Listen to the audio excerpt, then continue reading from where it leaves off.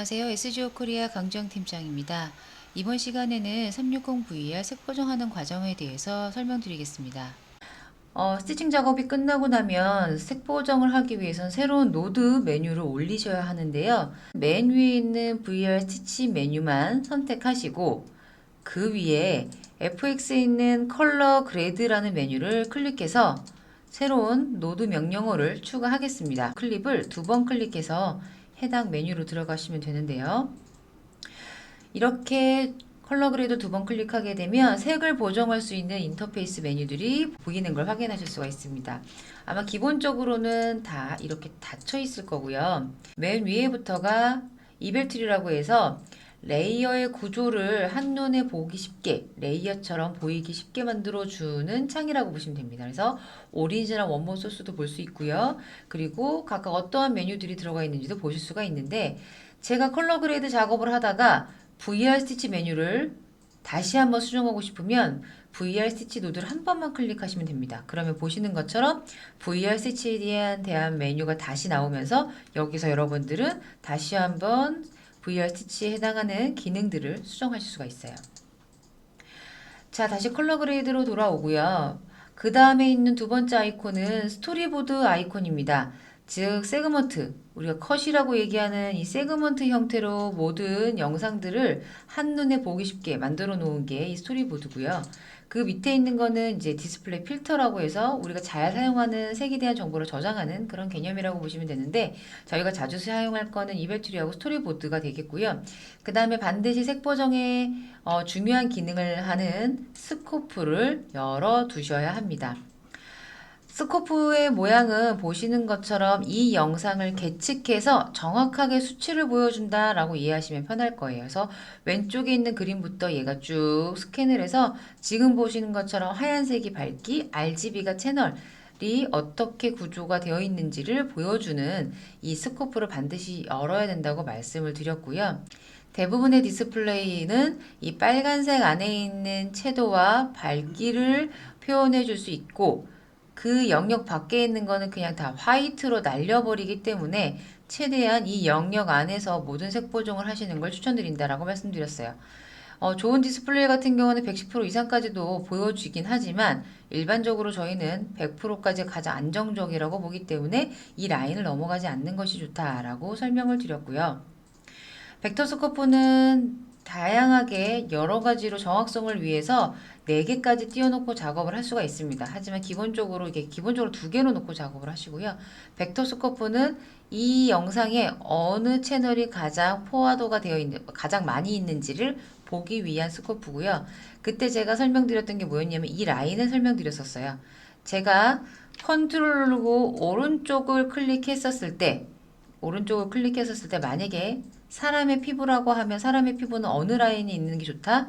이렇게 가이드로 만들어 놓은 하얀색 라인에 있는 게 좋다. 그래야 노랗지도 아주 새빨갛지도 무채색이지도 않은 제대로 된 살아있는 사람의 피부톤을 만들어낼 수 있기 때문에 이거를 보시기 위해서는 벡터스코프를 펼쳐놓고 작업하시는 걸 추천드린다고 말씀드렸어요.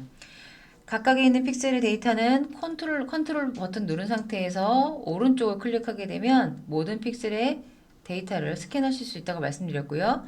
이 데이터 스캐너가 필요가 없으실 경우에 오른쪽으로 이동하시면 사라집니다. 자, 이렇게 해서 스코프도 보여지고 오른쪽 가운데 비주얼 에디터에 있는 메인 이미지도 보이고요. 오른쪽에 있는 단축 아이콘도 있었고 저희는 스코프도 활성화했었고요.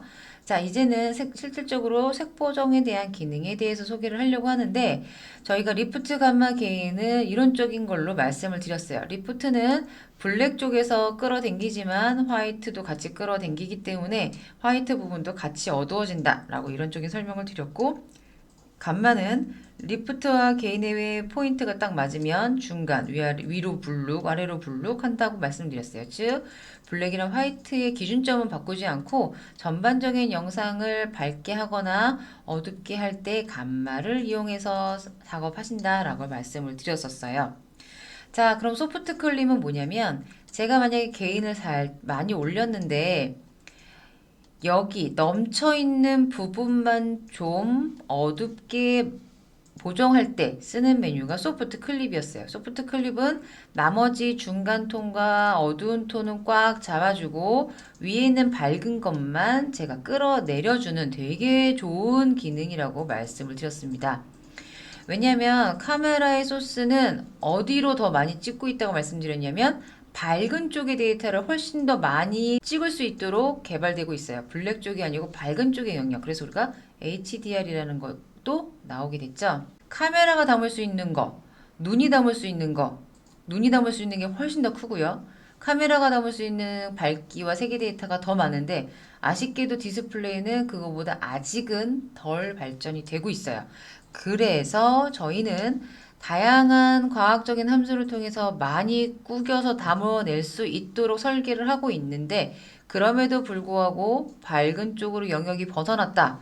그러면 저희는 소프트 클립으로만 이렇게 내려준다고 말씀을 드렸었습니다.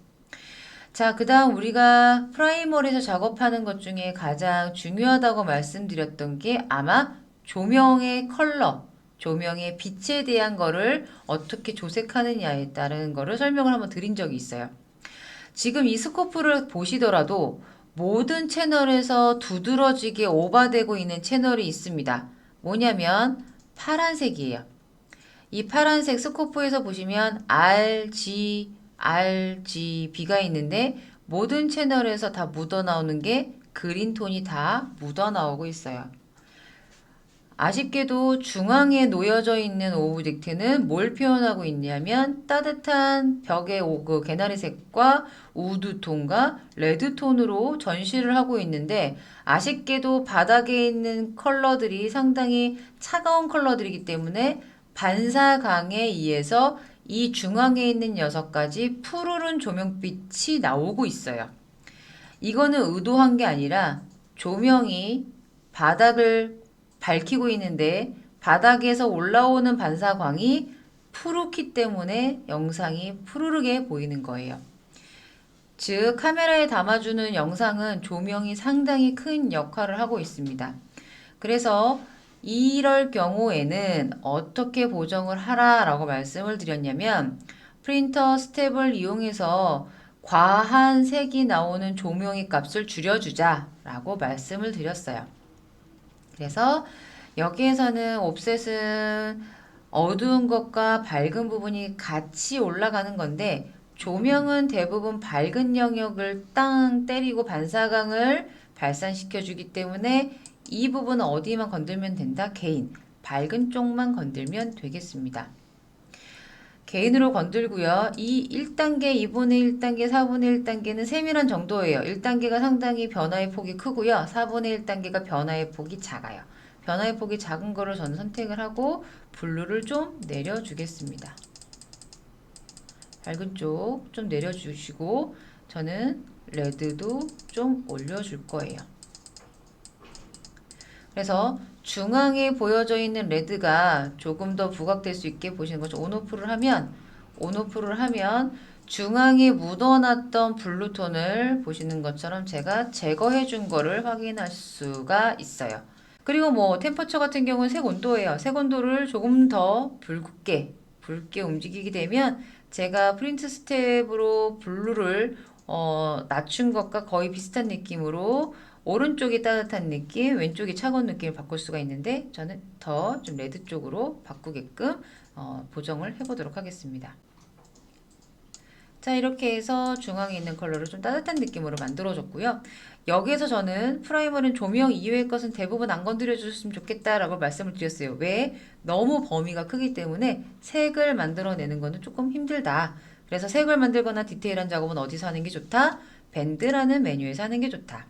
밴드는 어두운 부분과 중간 부분, 화이트 부분을 구별해 놓고 미드톤을 중심으로 아래 부분만 곡선으로 우리가 좀 눌러줄 수 있는 거, 그리고 미드톤을 중심으로 하이라이트를 조금 더 올리거나 내려줄 수 있는 것, 즉 중간에 피벗 포인트가 하나 더 있는 거를 제가 미드톤이라고 말씀드렸어요. 제가 콤파스 생각하라고 그때 계속 말씀을 드렸었죠.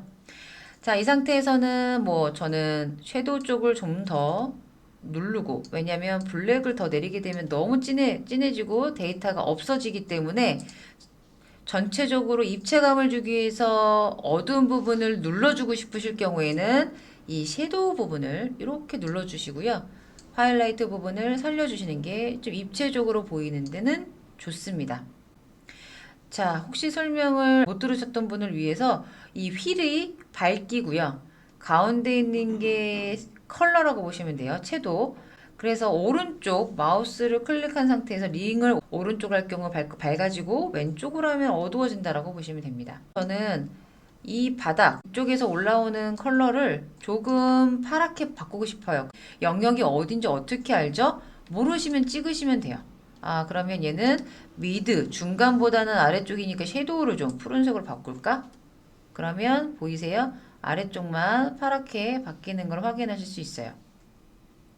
그리고 저는 이쪽에 좀 여기 밝게 올라오는 이런 쪽은 좀 더 붉게 표현하고 싶어요. 그럼 하이라이트 쪽에서 색을 더 레드 쪽으로 바꾸세요. 그러면 아래쪽과 위쪽의 색을 좀 더 분리해서 살짝씩 보정할 수 있고요. 저는 계속 배경에서는 푸른색이 나오고 조명에서는 레드 쪽으로 나오게 계속 이런 식으로 보정을 해 나가고 있습니다.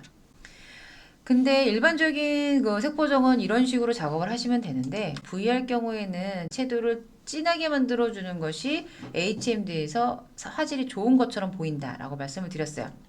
그래서 전반적인 세츄레이션을 블랙이랑 화이트 할 것 없이 다 세츄레이션 올리게 되면 화이트 쪽에서 터져나가는 빛이 나올 수가 있어서 저희는 밴드에 미드 세츄레이션만 좀 올리자라고 했던 거 기억하실 거예요.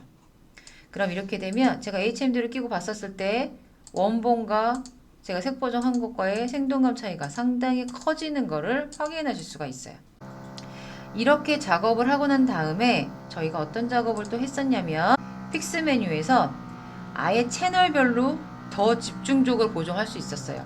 저는 레드가 더 빨갛고 좀 더 입체적으로 좀 눌러졌으면 좋겠어요. 그래서 원하는 채널만 휴, 여기는 세츄레이션, 루미너스인데 얘는 색상의 값을 변환시키는 거, 얘는 색상의 포화도, 더 진한 빨간색과 덜 진한 빨간색, 이렇게 해서 포화도를 우리가 조정할 수 있는 거고요. 얘는 밝기입니다.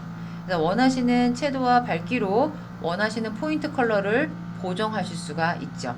사실적으로 VR에서도 앞에 부분만 더 부각을 시키는 게 좋기 때문에 여기 보시는 쉐입 컬러 그레이딩을 상당히 많이 쓰세요.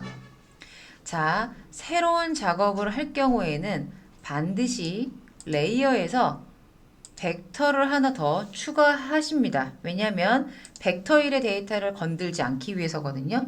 벡터1에 제가 프라이머리도 건드렸고요. 밴드도 건드렸고 픽스도 건드렸는데 이제 쉐입이라는 걸 건들 거예요. 근데 쉐입은 영역을 아예 분리해서 색 보정하는 거기 때문에 아예 새로운 아무것도 없는 메뉴창에서 시작을 해 보려고 합니다.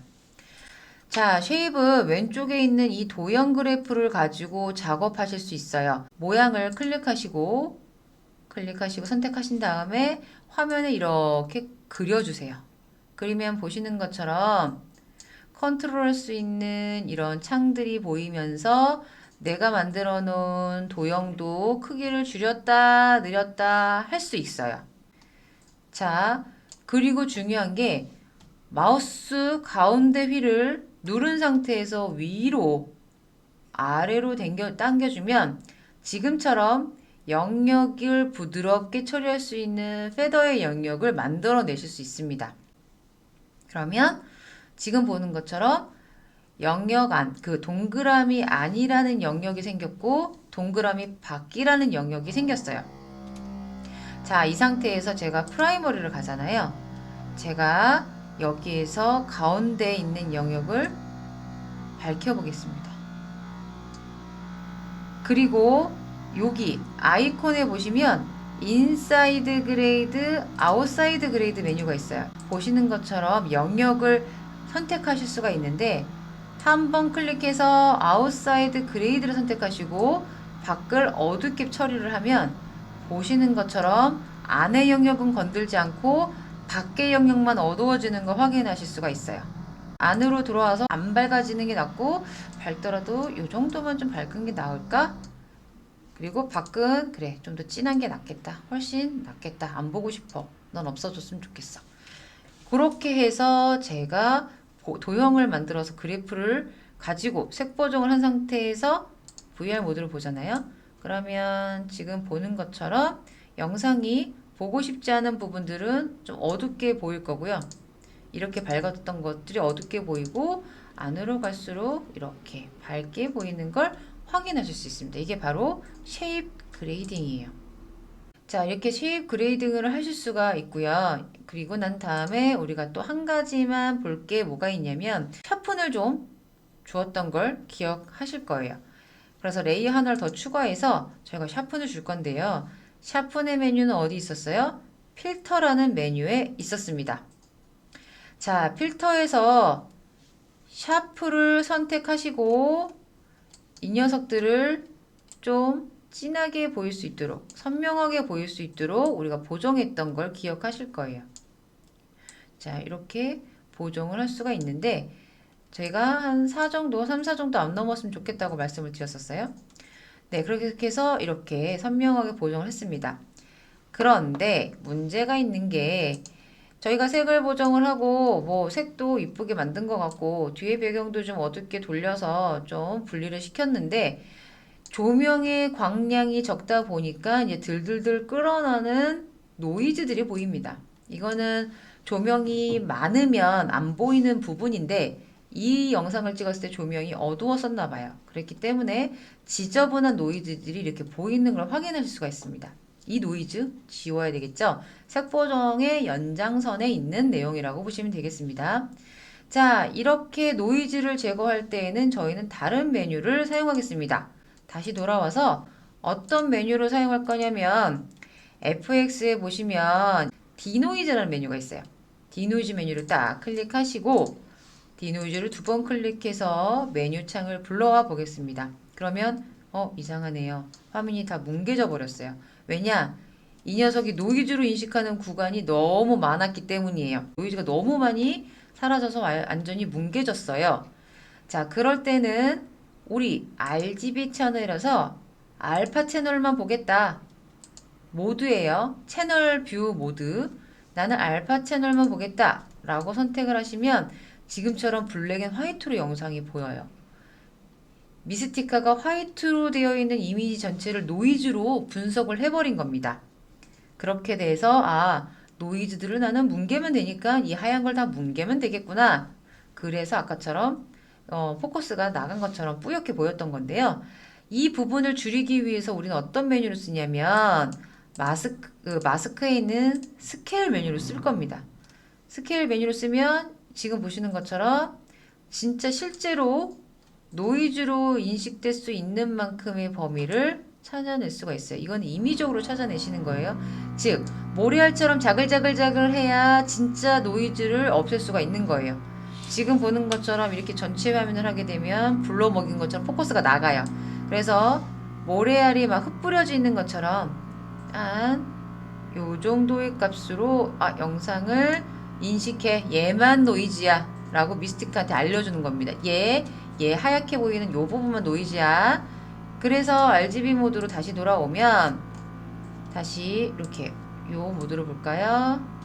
보면 이렇게 노이즈가 있었던 부분들이 이 부분들이 노이즈가 뭉개진 걸 확인하실 수가 있어요. 자, 물론 노이즈가 심하게 보이는 부분은 뭉개지긴 하겠지만 나머지 디테일들은 무너지지 않기 때문에 나는 이렇게 노이즈는 있지만 선명한 게 좋으면 이대로 가시면 되고요. 아니야, 나는 그래도 노이즈를 약간 뭉개서 화질 좋은 것처럼 보여주는 게 좋겠어 라고 하게 되면 디노이즈까지 하는 거를 추천을 드리고요. 디노이즈는 반드시 알파 모드에서 이렇게 모래알갱이 같이 만들어 주신 다음에 살짝 사용해 주시는 게 디노이즈 기능이다 라는 것까지 설명을 드리겠습니다.